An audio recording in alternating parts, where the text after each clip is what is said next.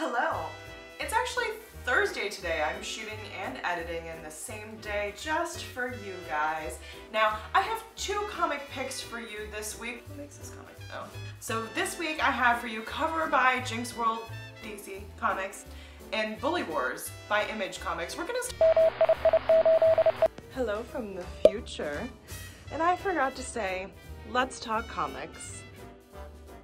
So we're gonna start with Bully Wars.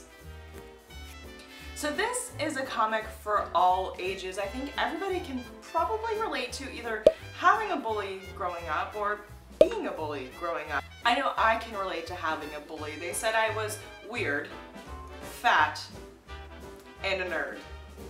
Now I'm a weird fat nerd who makes videos on the internet. It's okay, and that's kind of what this comic is letting you know, that things will probably get better, and you know, if you're a bully, some hard lessons might be learned in the form of mega wedgies, swirlies, and getting stuffed into a locker. But this comic was really cute.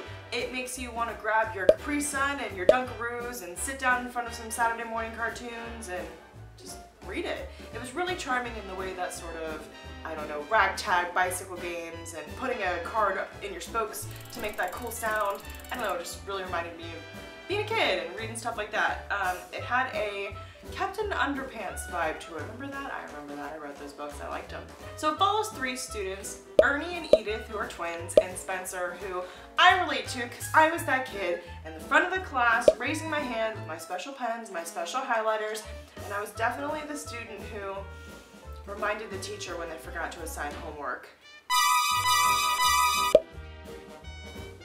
And I think that Spencer is kind of a nerd in a loving way, you know? He's really ready for school, he has all his books, and then, you know, you have Ernie, kid I'd probably not be friends with, because he doesn't even have a book bag. I remember that, kids walking into school without a book bag and they're like, can I borrow a piece of paper? Always wanted to be like, you know? Anyway, so they're starting high school, very exciting stuff, and when they get there, well, they run into their bully. You know, as if starting high school wasn't stressful enough. The pimples, the hormones, the new school, the lockers. They have to deal with their bully. He's been the bully in Rottenville for as long as they can remember, like the last 8 years of their academic career, and he's followed them to high school and he's already picking on them. But come to find out, he's not as big and bad as he thinks he is, and isn't that the truth with all bullies? So Rufus, the bully, and the bully-e, Spencer, get together and they're going to figure out how to get Rufus into what's called the Bully Wars to prove that he is indeed a big and bad bully. So are they going to out-bully the big bullies? Are there going to be tiers of bullies? Not actual tiers, but like tiers of bullies. I don't know, but like I said, it was fun. I enjoyed reading it. I'm 25 years old, and I think I would love reading it if I was 10 or 8 or 12. You know, it just really, I don't know, it's fun for all ages, and I can't say that about every comic that I review here, so I would definitely pick it up if you're trying to get your kids into comics. This is a good one to start with, and the art in it is so colorful and so kid-friendly. It was really just sort of, I don't know, whimsical, and reminded me of, I don't know, 8th and 9th grade. I felt like I was breaking out all over again. The next comic I'm here to talk about is Cover by Jinxworld and DC Comics, like this. And is it about a spy? A stalker? Is a spy a professional stalker? I'm having a crisis of conscience. I'm having a crisis of conscience on this one. It's a little meta because it's about a comic book artist who is kind of at a con, struggling, as I imagine some comic book artists do, trying to sell prints, trying to sell originals, and a super fan comes along and she drops some serious cash on some originals, and then she pops up at the next con, and then she invites him to dinner, and then she says she's a spy, she disappears, and then all of a sudden he gets a mysterious invitation to a con in Istanbul.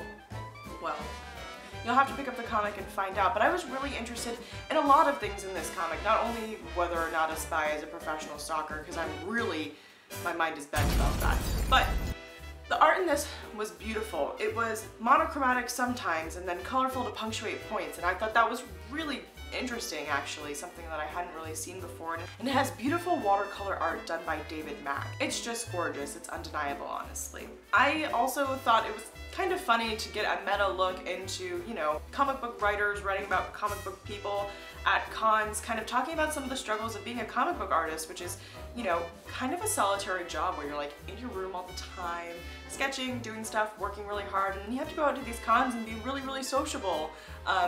And kind of my job is a lot like that too. So right now I'm alone in my apartment, except I have Watson. I always have Watson. And then, you know, I have to go out and I have to shake people's hands and, oh, you work for a news station, you must be on TV. I'm like, no, I sit at a desk a lot.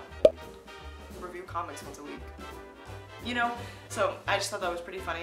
I'm always into a good meta joke, so the artist's name is Max Field, and you kind of don't learn too much about him in this comic, but that's not to say that you're not interested in picking up the second one.